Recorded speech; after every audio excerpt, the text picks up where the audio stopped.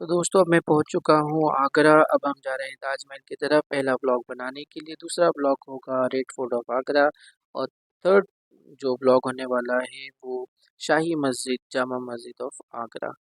यहाँ से ब्रिज पे से उतरने के बाद डायरेक्ट मैंने ऑटो पकड़ी। ऑटो शेयरिंग था और कम से कम 6 लोग बैठे थे। 20 रुपये भैया ने लिए। और ये स्टेशन था आगरा कैंट। मेन स्टेशन है आगरा फोर्ट, जहाँ से जामा मस्जिद, लाल किला, आगरा और ताजमहल दोनों ही पास पड़ते हैं। पर यहाँ से मुझे ऑटो लेना पड़ा लाल किले से, फिर मैंने ऑटो चेंज किया और यहाँ से उसका भी वीडियो लेता रहा। मैं जा रहा था ताजमहल की तरफ। और ताजमहल पहुँचने के लिए वहाँ से दोबारा आपको एक ऑटो लेना होता है, वरना आमतौर से ये काफ़ी चार्ज करते हैं। ताजमहल में ताजमहल में एंट्री करते ही मैंने देखा कि वहाँ बहुत सारी गाड़ियाँ खड़ी हैं। 20 रुपये का चार्ज लेते हैं अंदर भी जाने के लिए। काफ़ी दूर पड़ता है ताजमहल। लेकिन एक चीज़ मैंने देखी कि वहाँ पर बेइंतहा भीड़ थी। जैसे कि राशन या घासलेट की कोई दुकान होती है, कंट्रोल होता है, तो बहुत ज़्यादा भीड़ थी। मैं बैग अंदर ले गया था, फिर मुझे दोबारा उन लोगों ने रिटर्न किया। काफ़ी दूर बैगेज काउंटर है जहाँ पर आपको अपना बैग रखना होता है। दोबारा मुझे वहाँ भागना पड़ा। इतनी लंबी लाइन मुझे 2 बार लगना पड़ी थी। कम से कम आधे घंटे में मेरा नंबर आया।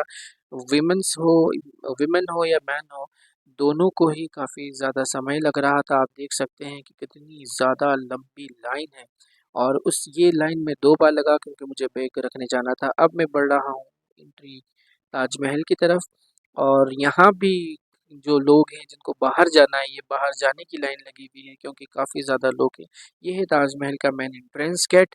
देखकर ही कुछ अजीब लग रहा था कि बहुत ही कुछ अद्भुत देखने वाला हूँ। दोस्तों हुआ भी ऐसा। मैं जैसे ही इंटर करने लगा और ये एंट्रेंस का गेट है, अंदर जाते से ही मैं अ, आपको बता नहीं सकता कि वो क्या सीन था उस वक्त का, क्या समय था।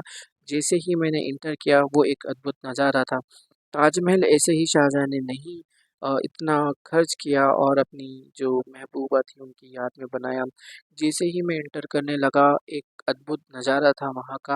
वो नज़ारा देखकर ही मेरे तो होश उड़ गए थे कि कितनी हसीन ये क्योंकि वीडियो में आपको उतना ज़्यादा शायद महसूस नहीं हो रहा होगा। जब आप कभी आगरा आएंगे लाइव तो आपको वो एहसास होगा और वो आप महसूस भी कर पाएंगे जो हर इंसान ताजमहल में आकर महसूस करता है। यहाँ से कई सारे लोग सेल्फी पॉइंट है, सेल्फी लेते हैं। मैं भी ऊपर चढ़ा और पानी के फव्वारे वैसे बंद थे, पानी नहीं था उसके अंदर। और जैसा कंस्ट्रक्शन का काम होना चाहिए था वैसा वो काम नहीं हो पा रहा था।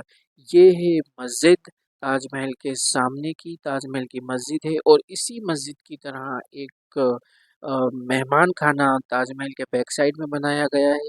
वैसे ताजमहल चारों तरफ से ही एक जैसा ही दिखता है। पीछे की तरफ जमुना नदी है। जमुना नदी से भी जब हम देखते हैं तो ताजमहल का नज़ारा वैसा ही दिखता है। मैंने कोशिश की थी वहाँ जाने की। ये है जमुना नदी।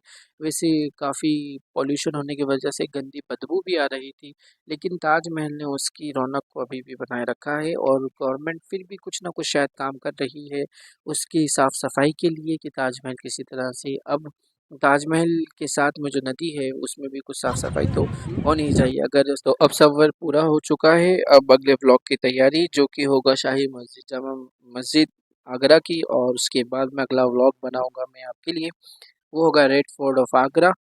तो अभी का व्लॉग यहीं पर समाप्त।